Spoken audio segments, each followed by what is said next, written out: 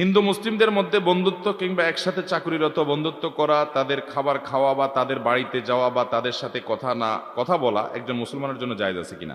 বাইরে আমার অন্য ধর্মের মানুষ হিন্দুদের সাথে যাওয়া আসা, কথা বলা, কাজ কারবার করা, ব্যবসা বাণিজ্য করা, কেনা বেচা করা, এগুলো সবই জায়েজ আছে। কিন্তু তাদেরকে আপনি অন্তরঙ্গ বন্ধুরূপে গ্রহণ করলেন, জিগরি দোস্ত বানায় ফেললেন।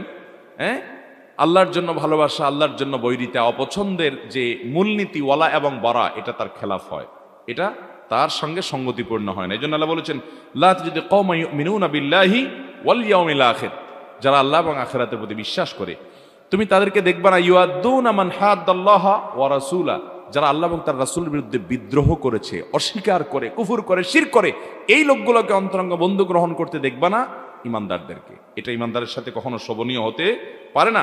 এমনকি তারা তাদের বাপ ভাই আপনজন হলেও এই জায়গা কখনো দেয় না।